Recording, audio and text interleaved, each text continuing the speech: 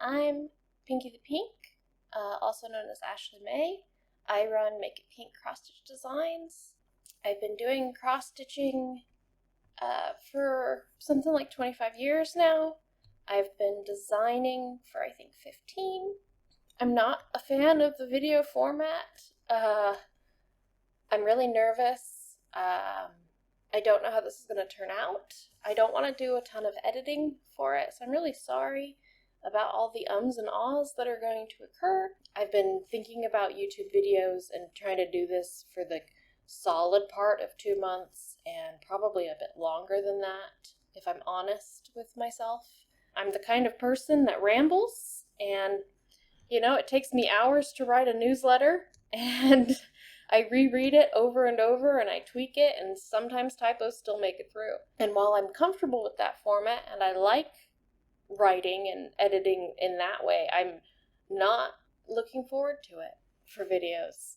I got an email from Wix, which is my web host for makeitpink.net, that said the cost to renew the newsletters basically was coming up.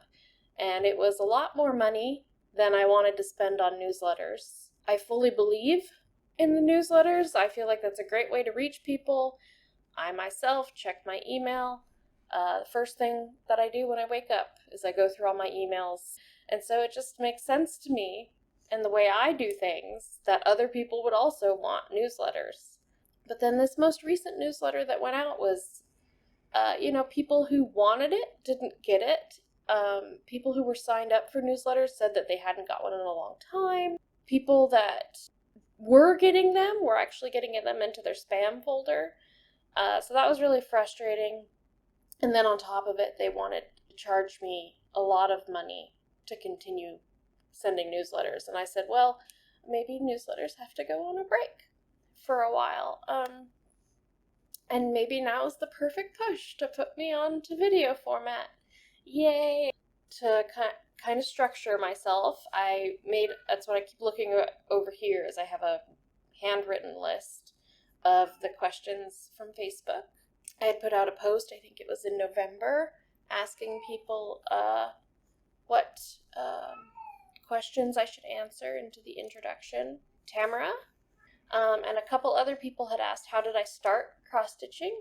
I was in 5th grade, and I was a very angry child, and my mom said that I should be productive instead of destructive. Instead of putting all of that rage and frustration into beating up on my brother and generally being a brat and not being a good kid, I could be creative and put all that energy into stabbing small pieces of fabric for several hours on end. So that's great. It worked out so good for everybody. I think the world's a better place because I cross-stitch. I started, they were just some little kits, I think probably from Walmart. The first one was a purple flower. And I think it was literally like a 2-color kind of kit thing, like a learn how to do a craft kit. It was just 4 purple flower petals with a yellow middle, and it knotted on the back while I was trying to pull the thread through. I got mad at it, and I put it in the trash, which was extremely typical of my actions back then. Mom fished it out of the trash, and she brought it back to me, and we unknotted the thread, and, she taught me patience with it. The second pattern was a cat face. My memory was that it was an orange tabby, and that pattern had back stitching on it. And I had gone through and done all of the regular cross stitching, and then I could not figure out the back stitching. And again, I got very frustrated. I wanted to throw it away. I didn't want it anymore. And then Mom came over and helped me. I think she might have done all of the back stitch on that cat face. So how did all of that evolve into patterns was the other question that Tamara asked. When I moved to Arizona, I was 13, and we went to Michael's, and they had and they still have an extremely small cross-stitch section. The patterns in that cross-stitch section from when I moved there in 2005, I think are the same patterns that you can find there now. Like, they do not update that area. But they had, you know, a CD-ROM project box, and it was Hobbyware's Pattern Maker. And the whole thing was that you could put photos into it and hit the little, you know, convert button, and it would spit out a pattern based on your photo. When I had first emailed Hannah Alexander, which I want to say was 2010, it might have been 2011, when I got permission from her to turn some of her pieces into patterns, I ran them through like I had anything else, which was just to convert it, you know, to pixels. And I wasn't happy with it. I remember thinking, like, I wouldn't stitch this. And I really wanted to make something that I would stitch. So I went back through, and at that time I was still using the basic version of Hobbyware's Pattern Maker. The way I did it then was I converted her artwork into just the pixels, and then I would switch and do all of the backstitching outlines, and then by hand go through and try to clean up all that pixelization and like smooth it down so it wasn't so popcorned. At that time, I was also still talking to and working with Magical 525. She helped me do a lot of that first color picking, color correction. She really encouraged me to do the dithering, which is like those checkerboards between, and she encouraged me to do blends. All super good, super foundational ideas that worked out really well. But gosh, it took ages. It took so long. Every time we had to change a color, I had to go through and manually find all of those little stitch markers, you know, the pixels, and change them. It was just such a slow process. Anytime that I could get away with not changing a color, I would do my best. And then once I upgraded to the Pro version, it has a color replacement button, so you can just highlight a color and say, hey, can you change this blue into pink? And it just will. It'll just do it. And that's also where you see the transformation in the pattern progress, like from this pixely blob thing to the really bright color mapping colors that are just like wild, don't match the artwork at all. They're just placeholder colors so that then I can go through and replace them with the actual colors once they're picked. April asked, how did I make this a lucrative business? And with all my authenticity, this is not a lucrative business. I wish I could tell you that this is completely viable and I'm fine and everything's okay, but the truth of it is that I could not do this without the support and funds of someone else. Up until last year, that was my mom. I lived with my mom. I did, you know, I work hard. I certainly put out a lot of art, but it's not paying a lot of bills. I'm doing it because I love it and because I had the privilege of being able to do it. Not everyone can, you know, live with their mom and be supported fully like that. And I think part of it is, you know, my mom wanted to be an artist, and my grandma, my grandma did not see the value in that. I think part of it was my mom kind of wanted to encourage and support it as much as she could and kind of live out her dream of being a stay-at-home artist that her mom didn't let her have. Now I live with my boyfriend. We did a big move. I went from Arizona to Pennsylvania, and now he works and supports my art stuff. It's not lucrative, but certainly it is still very important to me, and not just as an enrichment thing, but to our little household and making sure the cats get fed and making sure I get fed. I don't have proper words for how extremely grateful I am that people like my work and want to buy it. I got super emotional over the holidays, people were putting my stuff on like their Christmas wish list, and I sold a couple gift cards where people were buying it, for other people, and it's very cool. It's very nice. I feel very accomplished even if it's not lucrative. I'm very happy doing what I'm doing. So April's next question was, do I pre-stitch every pattern? And the answer to that is a very easy no. My patterns are super huge. All those details and the little beads and everything. So no, I do not pre-stitch patterns. I remember when I very first started, I had posted on DeviantArt, should I make a pattern that takes me 40 hours to make and then pre-stitch it, which is going to take me another 150 to 200 hours to stitch, and then release it. It didn't seem viable. I know how cross-stitch works. I've been doing this almost my whole life. I know how the threads blend. I know how these things come together. When I was still working with Magical 525, she did test stitch some of the blends for me, and made sure, the transitions were clean. I've done a couple of miscellaneous test stitching, usually on the freebies because those are smaller.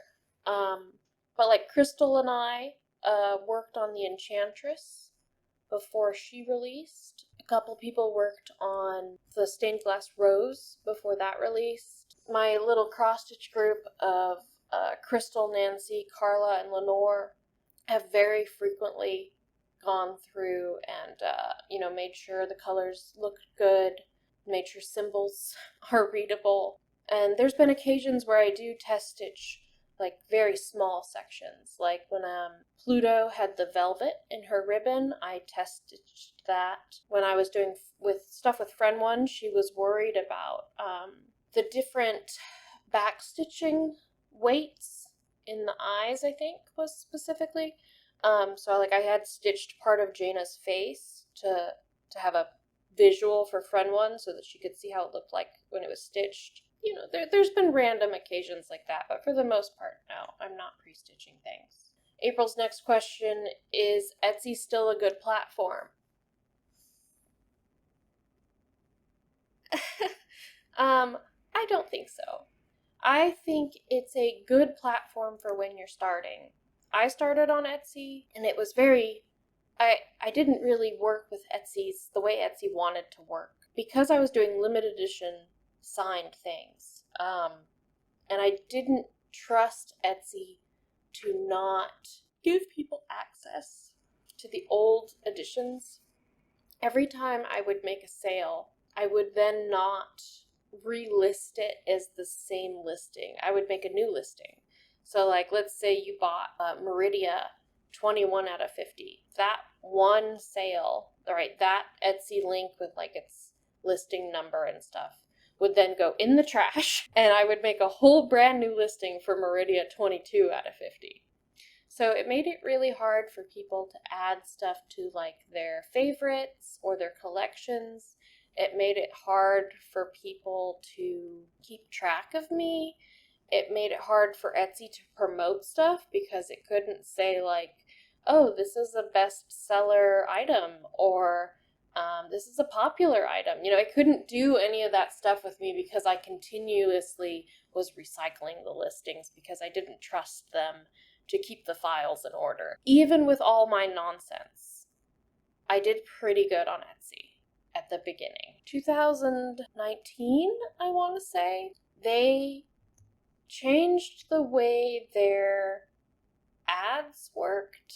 It was like if you made a certain amount of sales, then you could not turn off Etsy ads. The Etsy ads were fairly expensive, percentage-wise, out of your sale. And I already work on a pretty small margin. Not only is this not a lucrative business, right, but I give a percentage to Hannah, and at that time I was giving a percentage of fees and stuff to Etsy, and not just Hannah, but any artist that I'm working with, right? I'm giving them a percentage of the sales, and then I'm putting aside a percentage for taxes. Then whatever's left over is the profit, and generally that's going right back into the business anyway, where I'm buying fabric, or I'm buying thread, or I'm buying, supplies and just generally my time, and Etsy, when they said, you're not allowed to turn off these ads, took an even larger chunk on top of everything else. And I said, this is really, unaffordable.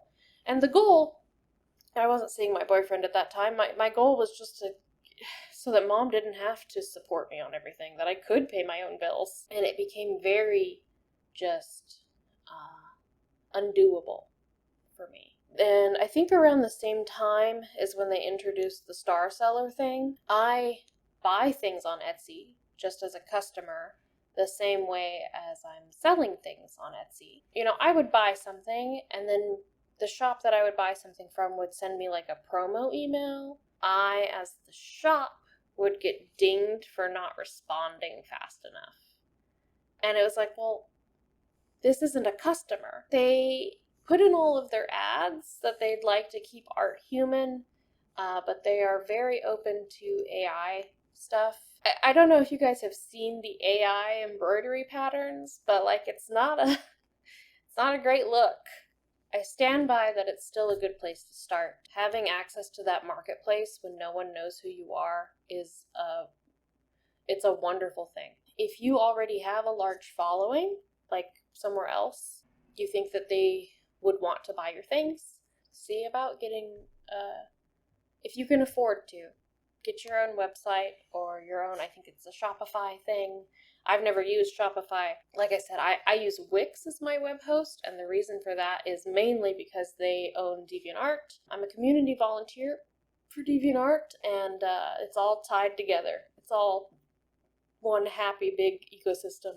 Wix is expensive, but because that ecosystem is all tied in together, it feels worth it. And if you can afford Etsy's fees, by all means, it's a good avenue. It's just not a good long-term avenue, I think. Oh, it goes into April's next question. What platforms would I recommend? I'm a huge fan of DeviantArt's artisan craft community, and I say that not just as the community volunteer for artisan crafts, but I think it's the best place on the internet to have an artisan craft gallery. I've looked into other art-specific sites like ArtStation. They're just not very friendly to physical media in the way that artisan crafts are. If you're doing 3D modeling, most of those art sites are fine with you. If you're doing digital art, they're all about it. If you're making charms and stickers, it seems to work out pretty good. But if you're doing needlecraft or cosplay or costume work, generally, if you're making clothing, if you're knitting, if you're crocheting, needle tatting, if you're making rugs, latch hook, punch needle, on and on and on. These kinds of 3D space, textile, tactile, you can touch it and work with it, mixed media at times. These things don't have a better place on the internet for a gallery than DeviantArt does. And I know DeviantArt has its reputation on the internet for various reasons, but my artisan craft bubble is really nice. It's a really nice, wholesome place to be. The community has kind of dropped off over time, just as social media itself has grown. As the community volunteer for artisan crafts, I also run the Community Relations Artisan Craft Group, which is currently going through a bit of a revitalization. There's going to be lots of events and not so much contests, but challenges. I think we have a Valentine's one coming up, which would make sense for February. We have a crossover thing happening with the cosplay group, because cosplay goes very well into artisan crafts. We're supposed to have some crossover events with the photography groups, because making physical media requires cameras if you're going to show it online. All an effort to build community around it. While my Facebook group, which is very specifically for my patterns, I feel like is a very good community of people. My undying gratitude for my customers that also want to interact with me on Facebook. It's so nice. That Facebook group is also quite reliant on people logging into Facebook and seeing it. I never just open Facebook.com. I always open the Make It Pink group. It's always the page that I look at. Obviously, it's my page.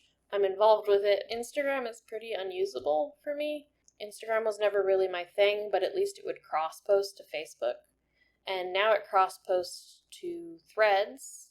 I think Threads is really nice. It's like how, apparently how Twitter used to be. I've also seen people comment about how it feels very Tumblr.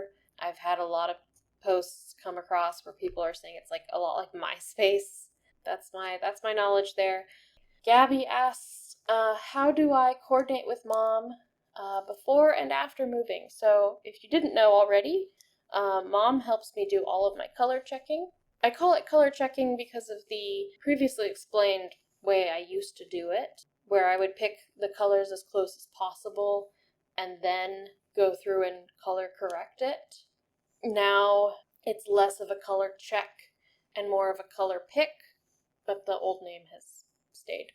I've got these DMC color cards like this, and this is the real thread version and not the printed version. Oh, the camera doesn't like autofocus. How annoying. All these real thread samples are organized like this in colors, and that makes it easier to pick things and do blends and whatnot. I have a Krennic color circle with all of its various glitters, similarly organized by color.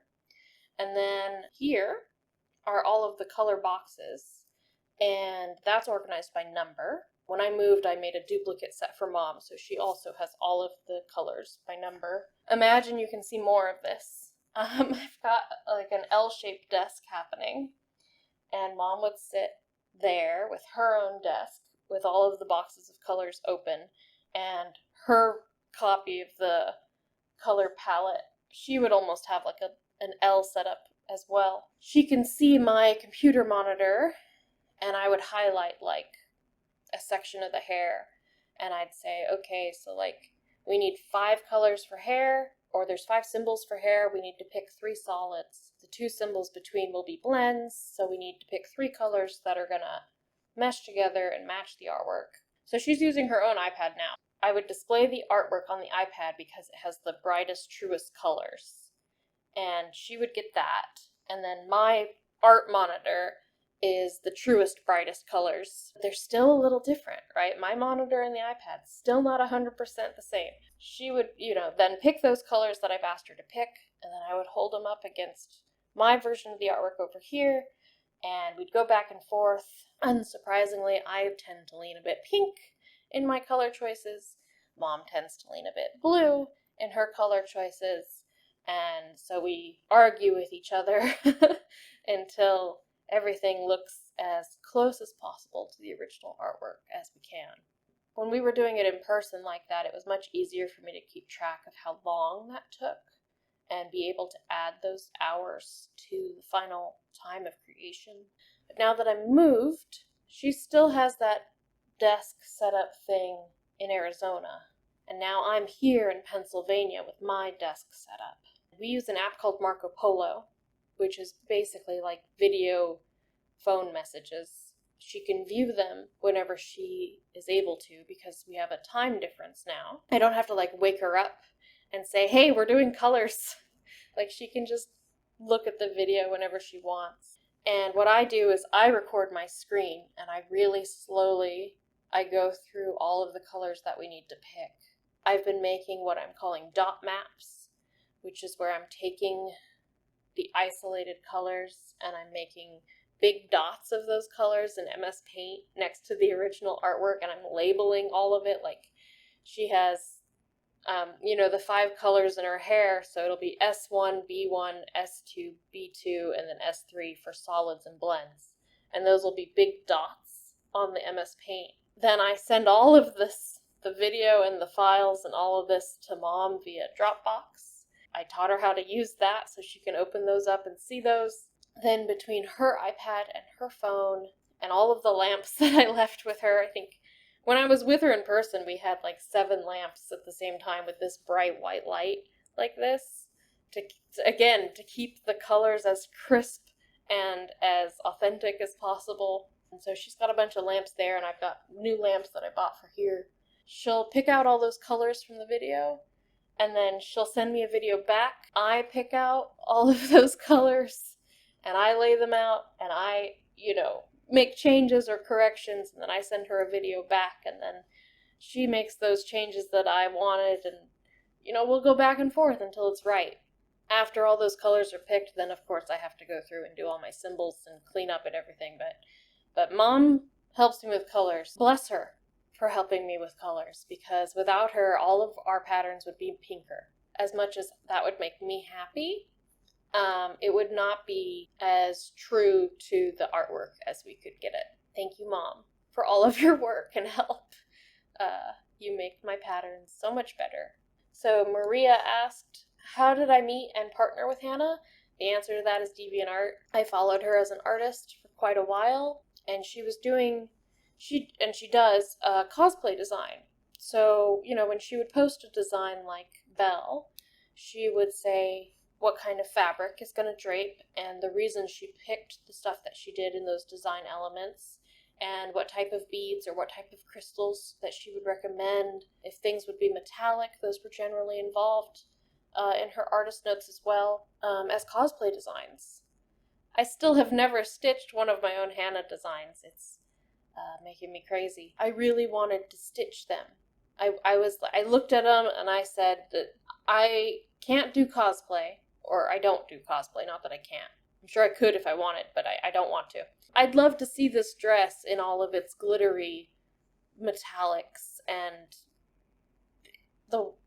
all of it. I want to see it, but I don't have access to that.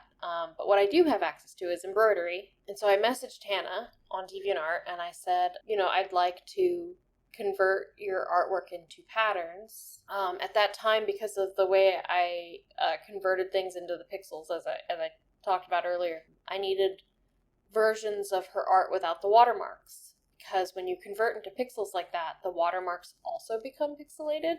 And so I needed versions without them so that when I converted them, those blobs would not exist.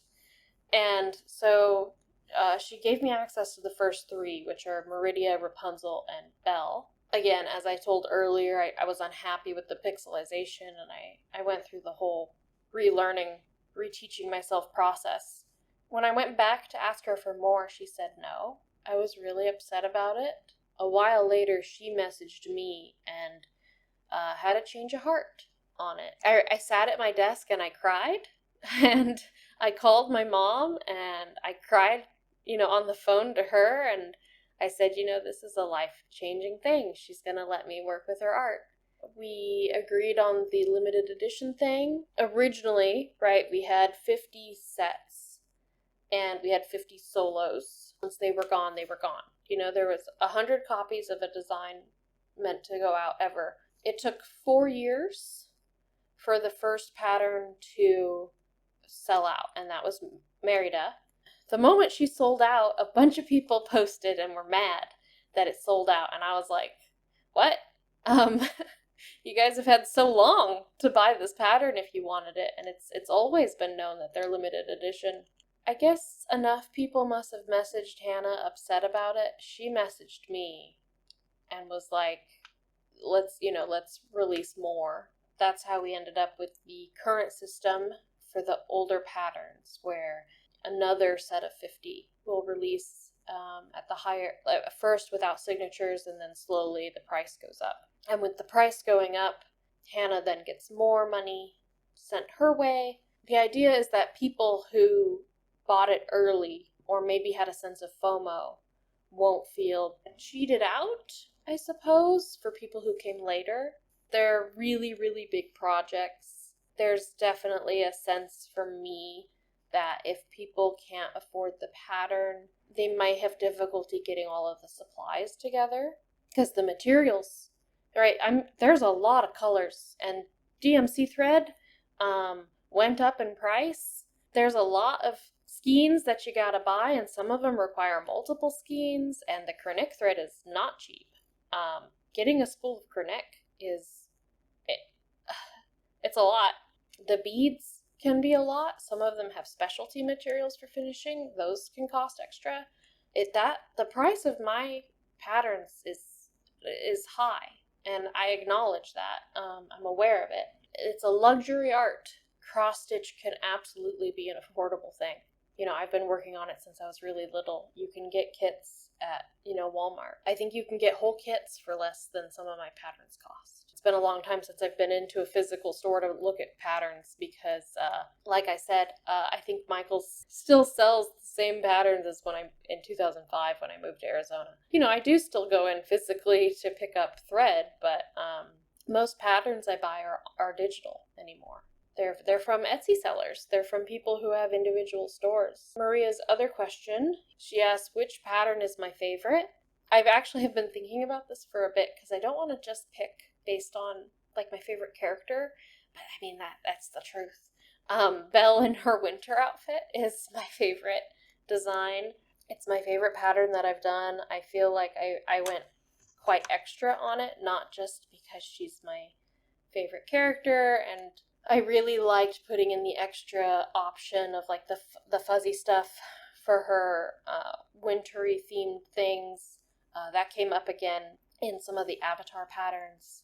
I bought some extra, like it's a faux fur trim that once she's stitched I can shape and put on her to give her like that much more dimension.